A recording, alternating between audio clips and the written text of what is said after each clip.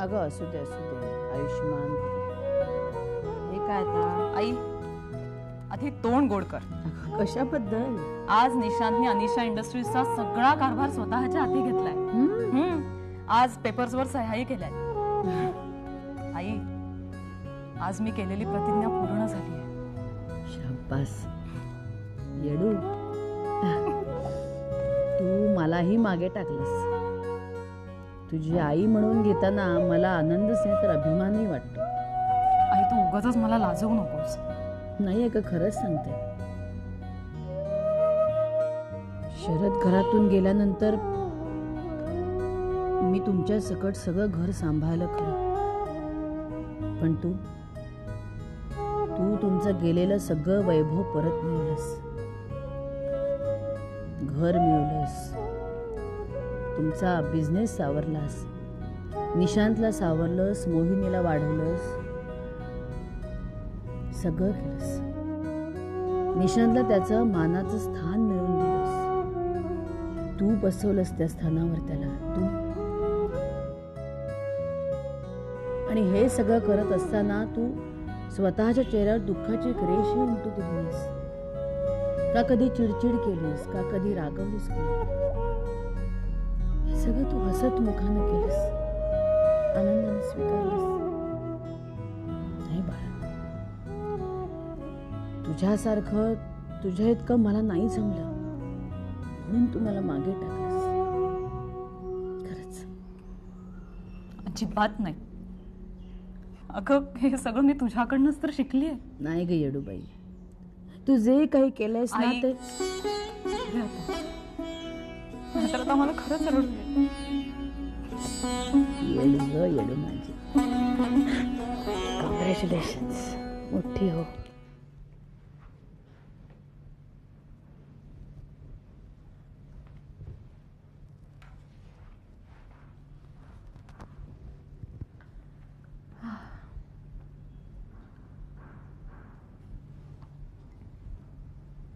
Thank you. Coffee हवी आहे? नाही, एक 5-10 मिनिटानंतर दे. तू काय करून ठेवली आहेस? हो, तू लवकर येते म्हणाली होतीस ना, म्हणून 7:30 वाजताच करून ठेवली. कुठे होतीस इतका वेळ? अगं आज तुझ्या बाबांनी कामाला सुरुवात केली हे सांगण्याकरता तुझ्या सुधाईकडे गेले होते. तिकडे तिला मिठाई दिली, नंतर मग मी ऑफिसला गेले. मग तिकडे कळलं की निशांत घरी आलाय. मग एक होती ती 2-3 कामं आटपून तुला फोन केला. म्हटलं 7:30 वाजता येते, पण तेवढ्यात कोणीतरी प्रॉब्लेम घेऊन आलं आणि मग तो सॉल्व्ह करण्यात पाऊण तास गेला. मग ट्रॅफिकमध्ये अडकली असेल. हो ना? करेक्ट आहे. तुला कोणी सांगितलं? सगळं माहिती नाही का झालं आता मला? तसं नाही ग मुनी. बरेच वेळा आपल्या हातातली महत्वाची कामं बाजूला ठेवणं अशक्य असतं.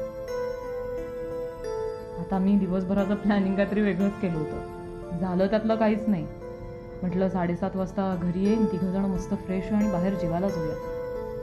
कसलं काय? तू आज तुझ्या डायरेक्टर्सना ताजमध्ये डिनर देणार होतीस. चौगुल्यांचा फोन आला होता. त्यांना कमिट केलं होतं मी, पण निशांत मधनंच घरी आला ऑफिसमधून. मग मी पण आले त्याच्या मागे. बरं बाबा आहेत कुठे? ते त्यांच्या खोलीचं दार बंद करून बसलेत. म्हणजे मी त्यांना विचारलं की हे हवंय का, ते हवंय का, बरं वाटत नाहीये का, पण ते सांगायलाच तयार नाहीत. प्रत्येक वेळी एकच वाक्य, थोडं जास्त वैतागून, मोनी डोंट डिस्टर्ब मी, मला त्रास देऊ नकोस, जस्ट लीव्ह मी अलोन. अगं हे मग तुम्हाला आल्याला नाही का सांगायचं? अगं पाणी सुद्धा न देता हे सांगणं जीवावर आलं होतं माझ्या.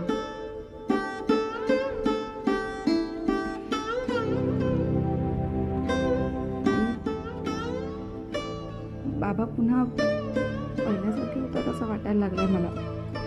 म्हणजे परत पूर्वीसारखे. मूर्ख आहेस. असं परत काही होणार नाही, कळलं?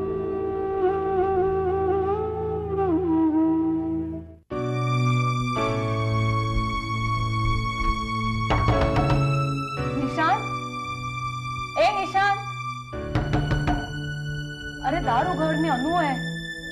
निशांत, ए निशांत, अरे दार उघड, मी अनुष्का आली आहे. निशांत, झोपलाय की काय? आई, झोपले असतील तर झोपू देत ना.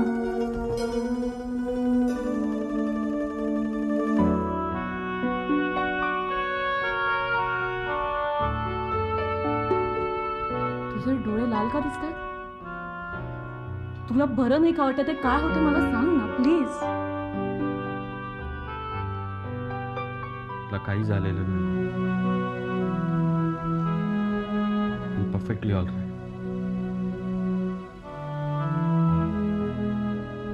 आलीस तू? पण मला आधी सांग, तू कधी आलास? मी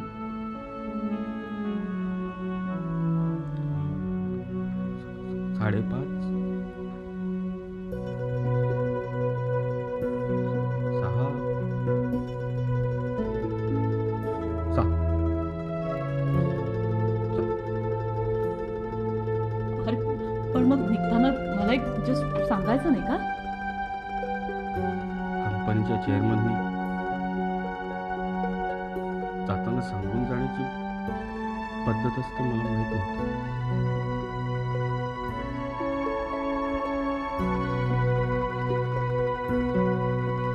ठीक आहे, चल तू आवर, फ्रेश हो, कपडे बदल. आज आपण सेलिब्रेट करूया. छोटंसं सेलिब्रेशन.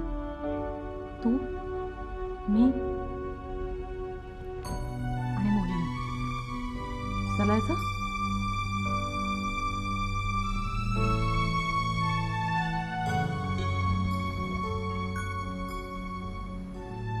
नको.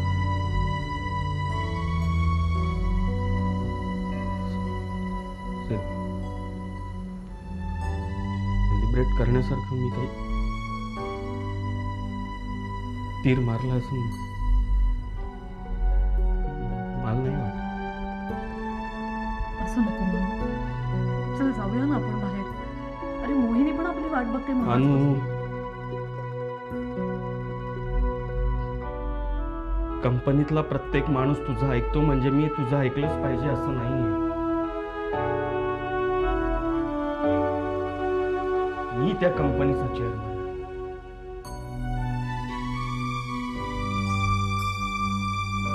आणि तुझा नवरा.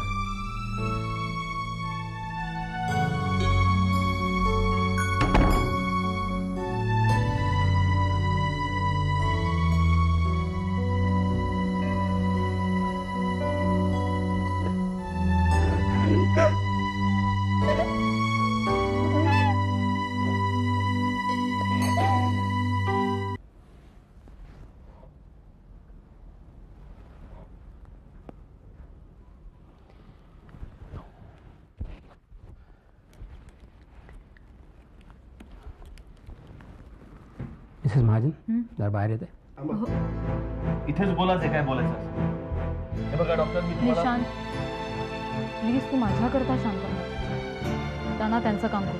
हे सगळं तुझ्यासाठीच चाललंय आणि हेच मी यांना सांगत होतो. जे काही काम करायचं असेल ते माझ्या समोर करा.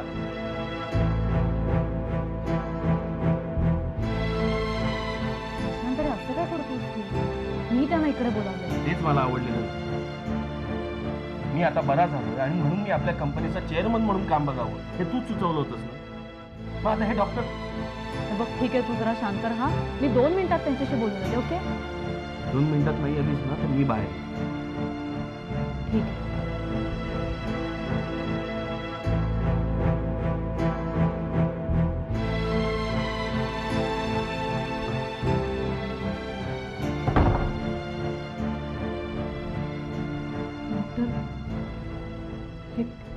हे असं कशामुळे होतंय? मिसेस महाजन, मी तुम्हाला सांगितलं तर आवडणार नाही, पण ते 100% सत्य आहे. मिस्टर महाजनांनी औषधं घेणं पूर्णपणे थांबवलेलं आहे. काय?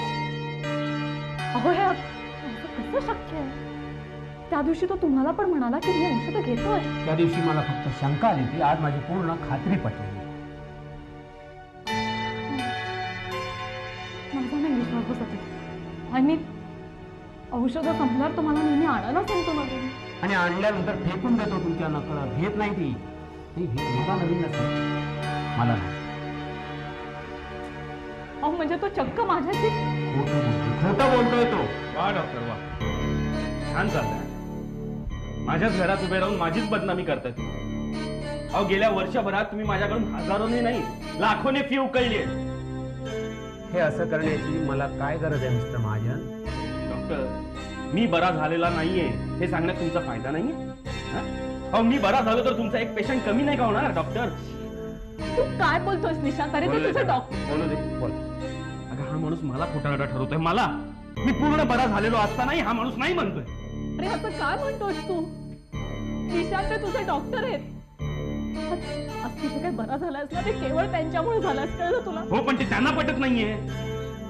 तू आज जा, आज जा. मी आतमध्ये गेलो ना की हा माणूस तुला सांगेल की मी भ्रमिष्ठ आहे, मी वेडा झालोय, मी खोटारडा आहे, असं काय काय सांगत बसेल. तू आज जा ना, मी बोलते त्याच्याशी. आज जा.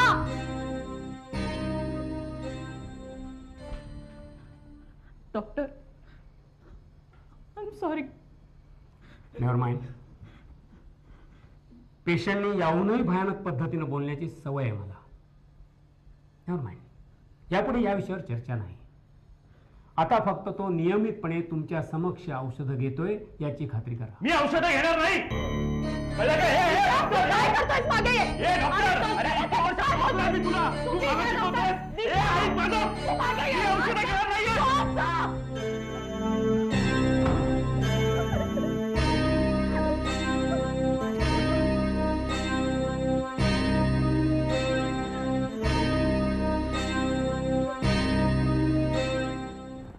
वर्षाचा विचार करून करून डोकं भणभणतंय नुसतं माझं.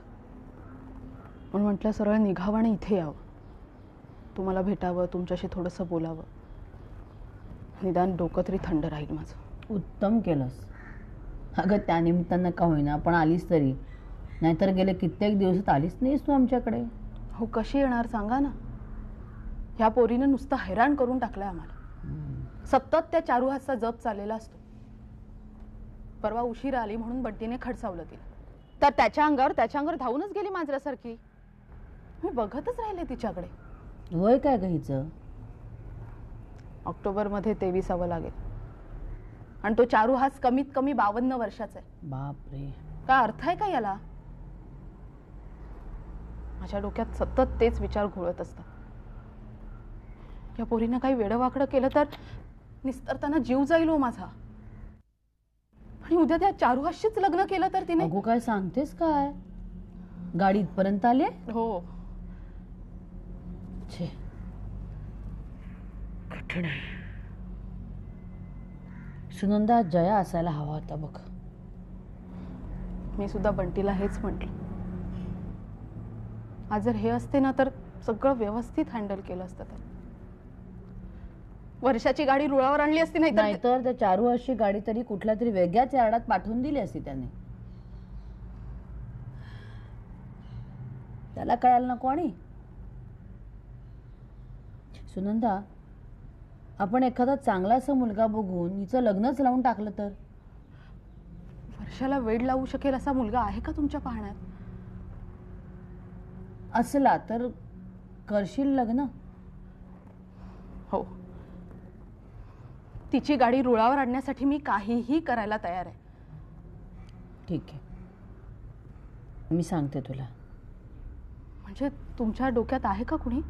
नाही ग, म्हणजे आता त्या दृष्टीने आपण मुलांकडे बघायचं, विचार चालू ठेवायचे. असं होय? म्हणजे तोपर्यंत हे असंच? अगं हो, जरा धीरानं घे, होईल सगळे व्यवस्थित. चहा घे.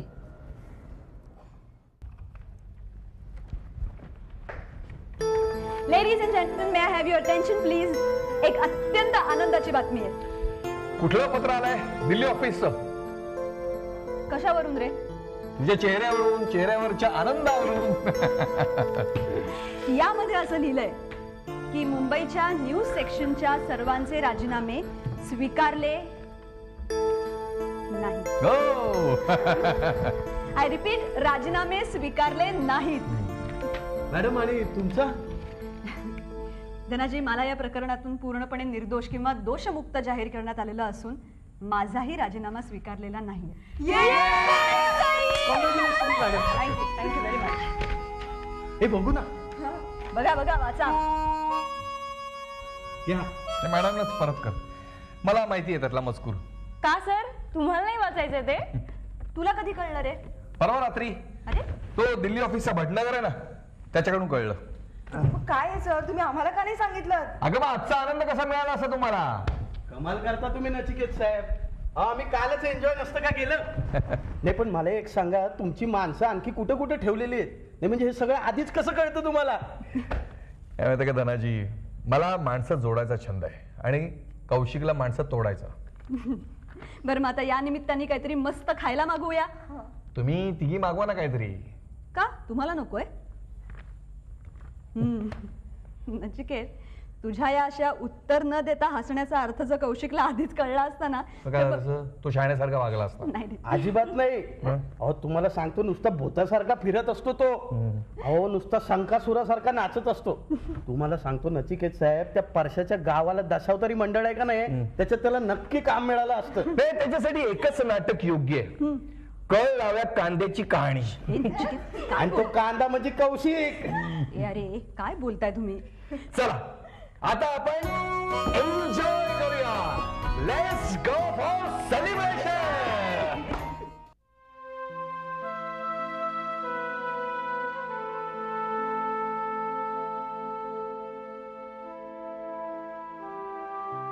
काय ग, तू अशी गप्प का बसलीस? काय बोलणार आहे? मी तनूला तनूचा जन्मदाता बाप वडील म्हणून मिळावे यासाठी प्रयत्न करते. आणि हा ह्याला आवडणाऱ्या माणसाशी म्हणजे नचिकेतशी मी लग्न करावं असं मला सुचवतोय. याला काही अर्थ आहे काय?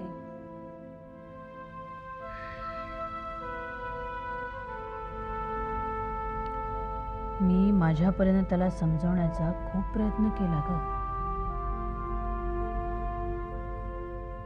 काय होतं माहिती का आकांक्षा,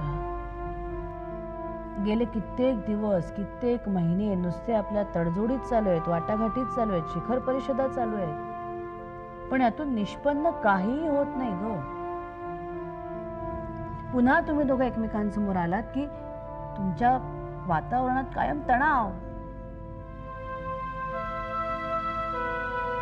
हे कधी संपणार आहे? मुळात संपणार तरी आहे का? मी काय सांगू तुला आई, माझी बुद्धी नाही काम करत आता.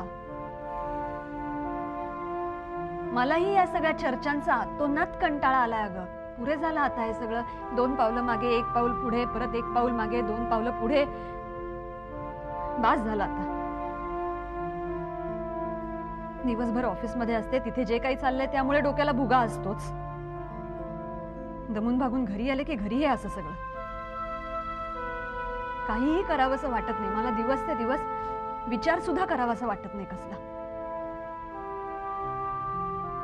अगं पण मी कोंडी फुटणार आहे तरी कशी? मी तुला सांगू काय, कधीतरी एक दिवस डोकं सटकून मी किंवा तन्वीर काहीतरी एक निर्णय घेऊ आणि तो अंमलातही आणू. मग दुसऱ्याची इच्छा असो किंवा नसो त्याला तो मानावाच लागेल. तुम्हाला दोघांनाही असं झालं तर आवडेल, झेपेल? तो चॉईस उरणार नाही त्यावेळी. अगं पण इतक्या निकराला जायची? निकरालाच आलीये मी आई, निकरालाच आलीये मी. पण काय करू मी? वाघ म्हटलं तरी खातोच ना, वाघोबा म्हटलं तरी खातोच ना. मग जाऊ दे ना, मग वाघ्या म्हणून एकदाच काय तो सोक्ष मोक्ष तरी लावून टाकते मी. हे बघ आकांक्षा,